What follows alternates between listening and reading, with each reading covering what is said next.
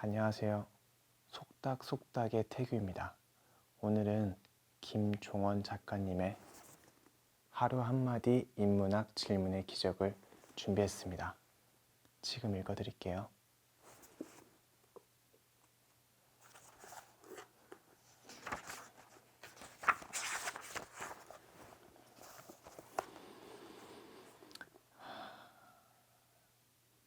모든 질문은 아이의 내면을 향해야 한다. 자신에게 질문하라. 질문하는 사람은 답을 피할 수 없다. 카메룬 속담. 창조력이든 인성이든 무언가를 아이에게 심어줄 때 가장 중요한 기본은 가르치려는 마음이 아니다. 이 책을 읽을 때 아래 두 줄의 글을 마음에 담고 시작하면 더 좋은 효과를 낼 수 있을 것이다. 재능 있는 아이는 가르칠 필요가 없고 재능 없는 아이는 가르쳐도 소용이 없다. 세상에 재능 없는 아이는 없다. 아이들이 자꾸만 실패하거나 좌절하고 지적 성장을 이루지 못한 이유는 노력이나 재능의 문제가 아니다.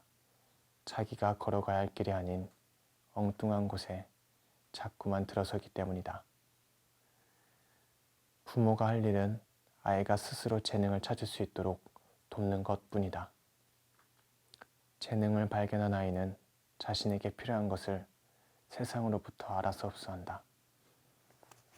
한 강연장에서 공연을 마치고 사인을 하고 있는데 멀리서 나를 유심히 지켜보던 아이가 다가와 진지한 표정으로 내 팔뚝을 누르며 이렇게 말했다.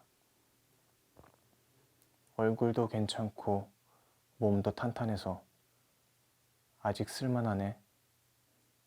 당시에는 그냥 웃으며 넘겼지만 나중에 아이와 아이의 부모에 대한 이야기를 듣곤 많은 생각을 하게 되었다. 당시 초등학교 3학년이었던 아이의 아버지는 몸이 좋지 않아 얼마 전 세상을 떠났고 어머니가 생계를 유지하고 있었다. 그래서 아이는 늘 아버지와 비슷한 나이의 남자를 볼 때마다 몸 상태를 관찰하는 버릇을 갖게 된 것이었다. 아이가 내 몸을 훑어봤던 것은 어서 빨리 어머니가 건장한 남자를 새로 만나 행복하게 살게 되길 바라는 마음의 표현이었던 것이다. 돌아가신 아버지를 그리워하면서도 한편으론 옆에 계신 어머니를 생각하며 현실을 직시하는 아이. 그 아픔을 생각하니 자연스럽게 나의 어린 시절이 떠올랐다. 초등학교에 입학하기도 전에 몸이 아파 돌아가신 아버지. 아버지가 누웠던 이불을 털면 죽은 살이 허공을 날아다녔다. 아직도 그 기억이 생생하다.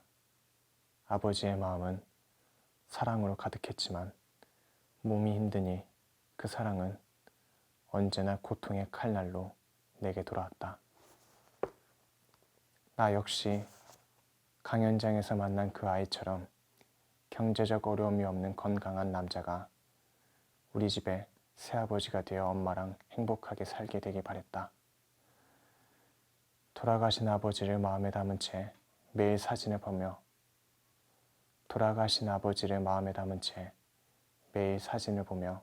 아파하면서도 현실의 고통에 눈물을 흘릴 수밖에 없었다.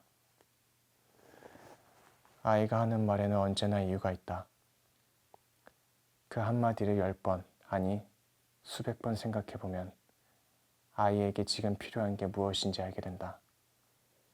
수백 번 외치고 싶은 것을 아이는 참고 또 참아 한마디로 표현했을 테니까. 사랑한다면 조금 더 다가가자. 그리고 인내하며 바라보자. 수만 번 사색해야 아이가 뱉은 한마디에 담긴 마음을 읽을 수 있다. 아이 내면에 숨겨진 이야기와 소리를 듣자. 울만한 상황에서도 담담히 말하고 투정을 부릴 만한 것도 태연하게 넘긴 아이. 다른 아이들처럼 많은 것을 받지 못하는데도 아무런 욕심 없이 만족스러운 표정을 짓는 아이. 그런 아이들을 볼 때마다 너무 기특하고 대견하지만 나이에 어울리지 않는 차분함과 자제력이 보는 사람의 마음을 아프게 한다. 넉넉하지 못한 가정 형편과 불운한 상황은 어쩔 수 없지만 새까맣게 타버린 저 속을 어찌할까? 만약 자신의 아이가 혼자서 극복할 수 없는 삶의 무게에 짓눌려 있다면 아이와 아래 글을 시처럼 읽고 가슴에 담아보자. 어쩔 수 없이 철이 빨리 들어야 했던 아이는 늙어서 빨리 철을 버릴 권리가 있다는 생각이 든다. 세상에 철이 빨리 들은 아이는 없다. 그런 능력도 재능도 애초에 없다. 그저 그런 것처럼 말하고 행동하는 아이만 있을 뿐. 일찍 어른이 된 아이를 나는 오래 바라본다. 그가 보낸 삶의 두께를 마음에 담는다. 그 나이에 맞는 세월을 보낼 때 인간은 잊지 못할 추억을 가진다. 추억이 없는 인간은 살아도 산 게 아니다. 내 아이에게 그 나이에 맞는 삶을 허락하자. 추억이 많은 아이로 키우자. 간섭이 아닌 관심에서 나온 질문은 무엇이 다른가? 금속은 소리로 그 재질을 알 수 있지만 사랑은 대화를 통해서 서로의 존재를 확인해야 한다. 발타자르 그라시안. 아이의 현재는 부모가 과거 어느 순간에 던졌던 질문에 대한 답이다. 우리는 아이가 제대로 된 일상을 보내지 않는 것을 염려하지 말고 현명하게 질문하지 못한 과거를 돌아봐야 한다. 쉽지는 않다. 육아와 교육에는 원래 답이 없지만 그 중에서도 정말 어렵고 힘든 것이 질문의 방법이기 때문이다. 아이와 부모가 처한 상황, 아이의 성향과 마음, 부모의 생각과 목표 등이 제각각이라서 고정불변한 정답이 있을 수 없다. 그러나 아래의 질문에 제대로 답할 수 있다면 그 다음의 질문은 아이의 마음을 움직일 수 있다.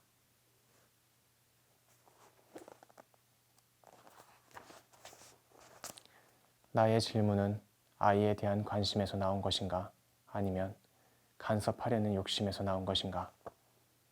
간섭은 부모의 욕심에서 나오고 관심은 아이를 위한 마음에서 나온다. 그래서 간섭은 아이의 마음에 다가가지 못하고 머리만 아프게 할 뿐이다. 아, 정말 또 왜 그래? 대체 언제까지 간섭하실 건가요? 마음을 다잡자.